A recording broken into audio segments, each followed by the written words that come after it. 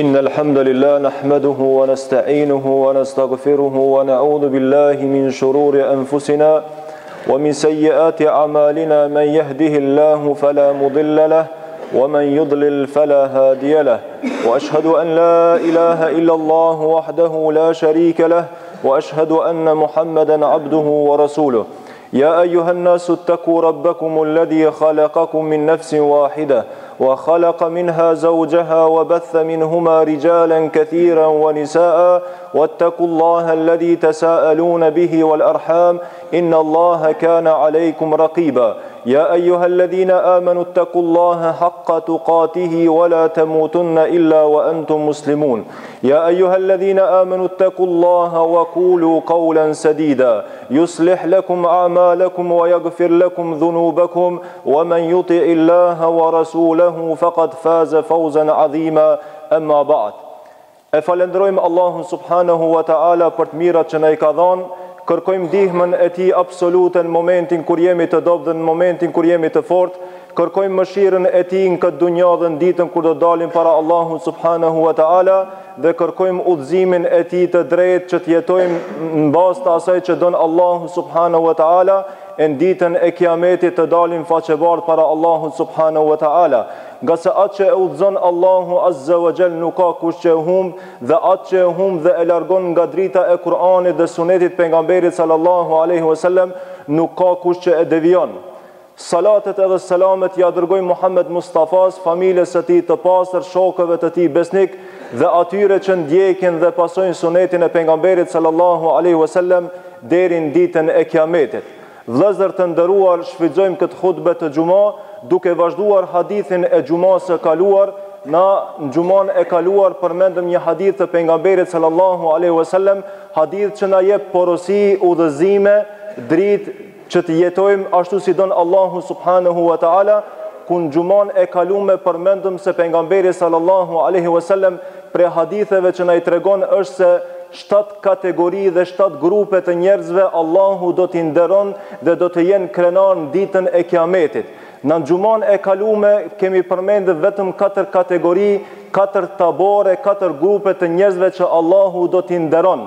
Me këto hadithet pejgamberi sallallahu alaihi wasallam don të na tregon dhe don me na kallëzu se nderi dhe krenaria duhet të mbillet qysh në këtë dunjë dhe duhet të kultivohet, që krenarin dhe nderin ta gëzojmë dhe ta manifestojmë ditën e kiametit kur do dalim para Allahut subhanahu wa ta'ala, dhe jo e kundërta që dikush të jeton në këtë dunjë, në këtë jetë të shkurt i shfrenuar dhe të jeton ashtu si don ai dhe larg porosive të Allahut dhe të pejgamberit sallallahu alaihi wasallam, e në ditën e kiametit të shpreson dhe të jetë i barabartë me ata burra dhe me ata musliman që në këtë dunjë janë munduar që ta frenojnë veten dhe të jetojnë nën ambrellën e porosive të Allahut dhe të pejgamberit sallallahu alaihi wasallam. E pejgamberi sallallahu alaihi wasallam vazhdon të na tregon se çfarë është nderi dhe çfarë është krenaria dhe si duhet ta mbjellim këtë nder dhe krenari qysh në këtë dunjë që ta gëzojmë ditën e kiametit.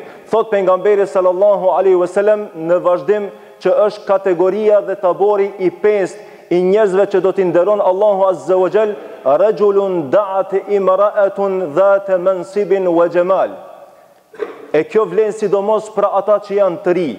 për ata që janë në fazën e devijimit dhe mashtrimit, sidomos në kohën e sodit ku janë përhap të këqijat e sidomos amoraliteti dhe zinaja. E thot pejgamberi alayhis salam në ditën e kiametit kur do të thot Allahu ana al-malik ayna mulukul ard, unë jam sunduesi absolut, e ku janë sunduesit e tokës, dhe gjithë njerëzit do të heshtin, mirë po Allahu prej njerëzve do t'i nderon ata për cilët na ka tregu qysh në jetën e kësaj dunjaje. Një burr, një i ri, një moshatar, që Allahu që i është mundsuar të bën një amoralitet dhe një zina me një grua dhe me një femër që ka pozitë dhe ka bukuri, mirë po burri i mirë dhe muslimani i mirë që është munduar ta frenon veten me porositë e Allahut dhe porositë e pejgamberit sallallahu alaihi wasallam, shumë me kollajllëk e kalon dhe e ta i kalon këtë situatë të vështirë.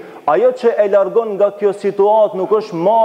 marrja prej njerëzve, nuk është pamundësia, nuk është ndonjë shkak tjetër, por shkaku kryesor dhe sebebi kryesor që njeriu e bën të ndershëm dhe krenar në qysh jetën e kësaj dunjaje, është se në këtë moment muslimani i mirë në kuptimin e plotë të fjalës, çka thot? Inni akhafullah. Unë nga kjo situatë largohem, jo se s'kam mundësi, jo se turprohem për njerëzve, se turpi për njerëzve dhe pa mundësia në këto momente është nder i rrenjshëm, është krenari falsë, kurse krenaria e vërtet dhe atë që e donë Allahu është kur i riu dhe një musliman i mirë në momentin që i afrohet amoraliteti dhe zinaja, çka thot? Inni akhafullah. Unë i frigohem vetëm Allahut. Unë e di se Allahu e ka bo haram zinan. Unë e di se çka ka pregadit Allahu për zinaçart në ditën e kiametit. Dhe unë e shpresoj me këtë gest të vogël,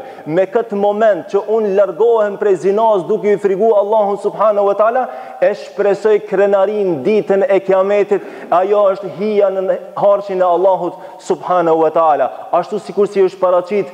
në andër dhe e ka pa pejgamberi alayhis salam taborin e zinaçarëve dhe atyre që miren me amoralitet në ditën e kiametit, zinaçarë që i kanë vdek dhe nuk i është mundsuar të pendohen nga ky gjuna i madh. Pejgamberi alayhis salam thot i kam pa me një kazan të madh duke uzi burra e gra për dënimin që e kanë merituar, për shkak se ata kanë bo zina dhe kanë vdek duke mos u penduar nga zinaja. Prandaj, prej gjunaheve të mëdha që duhet të ruhen sidomos të rit, është që vazhdimisht ketë frikë Allahu subhanahu wa taala nga ky dënim i dhëmshëm, nga se nënçmimi dhe largësia prej Allahut për këtë gjuna është si në këtë dunja, po ashtu edhe në botën tjetër. Tabori i gjashtë që e ka përmendur pejgamberi sallallahu alaihi wasallam, rajulun tasaddaqa bi sadaqatin fa akhfaha hatta la ta'lam shimaluhu ma tanfiqu yaminuhu. Kategoria e gjashtë është ata burra dhe ata musliman kur u mundsohet të japin sadaka, qoftë shumë apo pak, e mshefin të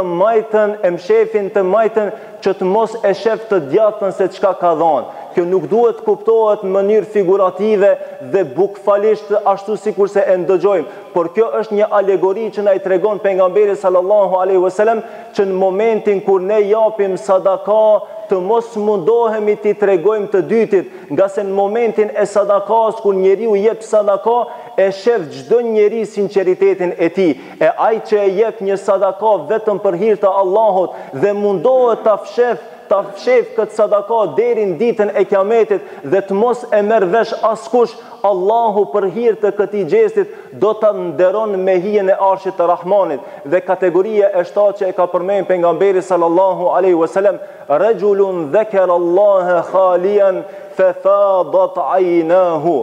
Kategoria e shtatë është ata burra dhe ata musliman, qofshin të ri apo pleq, kur vetmohen dhe e kujtojnë Allahun subhanahu wa ta'ala, e kujtojnë madhërinë e Allahut, e kujtojnë xhennetin, e kujtojnë takimin me Allahun, i kujtojnë të metat e tyre dhe gjunat e tyre dhe i kujtojnë të mirat e Allahut se çka ka përgatit Allahu,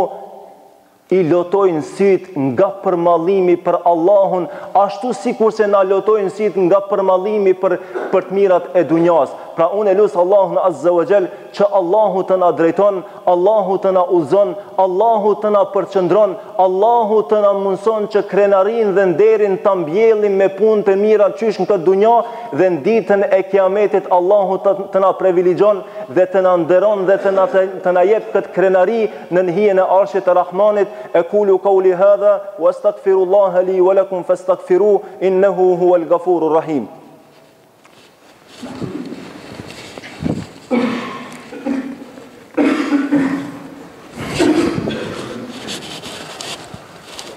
الحمد لله حمدا كثيرا طيبا مباركا فيه وأصلي وأسلم على أشرف الأنبياء والمرسلين محمد عبد الله المبعوث رحمة للعالمين. إن الله أمرنا بالصلاة والسلام على نبينا المختار اللهم صل على محمد وعلى آل محمد كما صليت على إبراهيم وعلى آل إبراهيم إنك حميد مجيد. وبارك على محمد وعلى آل محمد كما باركت على إبراهيم وعلى آل إبراهيم إنك حميد مجيد. إن الله يأمر بالعدل والإحسان وإيتاء ذي القربى وينهى عن الفحشاء والمنكر والبغي يعظكم لعلكم تذكرون.